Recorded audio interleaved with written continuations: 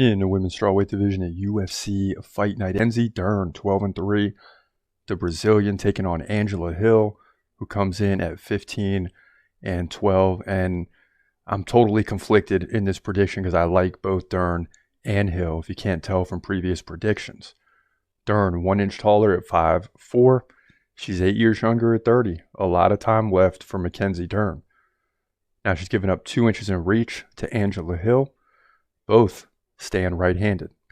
Now, Overkill Hill, 5.7 significant strikes per minute. You think about that. She's 15-12 and she lands 5.7 significant strikes per minute. That's ridiculous. Dern, 3 significant strikes per minute. So you're thinking, first thing you should think is Mackenzie Dern, Brazilian, not very active on the feet, great takedown game, right?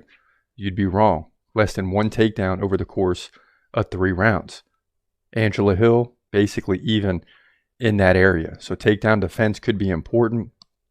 Mackenzie Dern, 40%. That's not very good. Angela Hill, much better, 77% takedown defense. So already, I like Angela Hill's stats better. But will that hold up? Because Mackenzie Dern has faced a lot of good fighters early on in her career. Now, she just came off a loss to Jan Jianen, who KO'd Jessica Andrade this past weekend at UFC 288. Lost that by majority decision. Had 2 takedowns on Jianen. That was big. Before that, she beat Tisha Torres. Lost to Marina Rodriguez. And prior to that, she was on a nice run over Hannah Cifers, Ronda Marcos, Verna Jandiroba, Nina Nunes.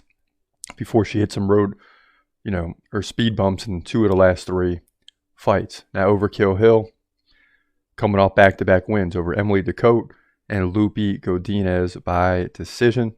She did lose to Verna Jandiroba. That's key. Close decision loss. In fact, she had 3 close decision losses in a row to Jandiroba, Lemos, and Torres. She did beat Ashley Yoder prior to that.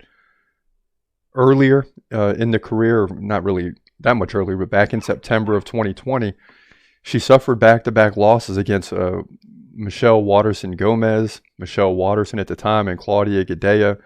Both split decision losses, and if you go back and watch those reactions, I was upset about both of them because Angela Hill should have won both of those fights. She outstruck her opponent in both of those. Granted, they were close fights, split decision worthy, I'm sure, but those 2 fights, if she would have won those, it'd be a much different situation. Her record would be more spread out. Angela Hill is capable of beating anybody on any given night, right? She just needs some things to go her way, but as much as I like Angela Hill, and I don't remember picking against her in a while, probably in the last 7 fights, I'm going to go with Mackenzie Dern in this fight because I still think the sky is the limit for Mackenzie Dern. She's hit some not roadblocks, but speed bumps along the way, but she's still 12-3. She's only 30 years old.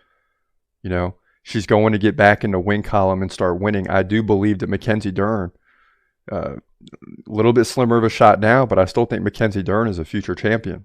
She just hasn't had the right path to get there and had some things in her personal life that she had to get past. Not bad, just, certain things. Now she's refocused on the career. She's probably got a good 4 to 6 year window, and the time is now. So Mackenzie Dern's going to come in and win this thing, but it's not going to be easy. It'll be by close decision to move to, and I won't be surprised if she drops a round.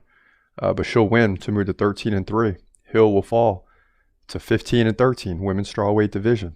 UFC Fight Night.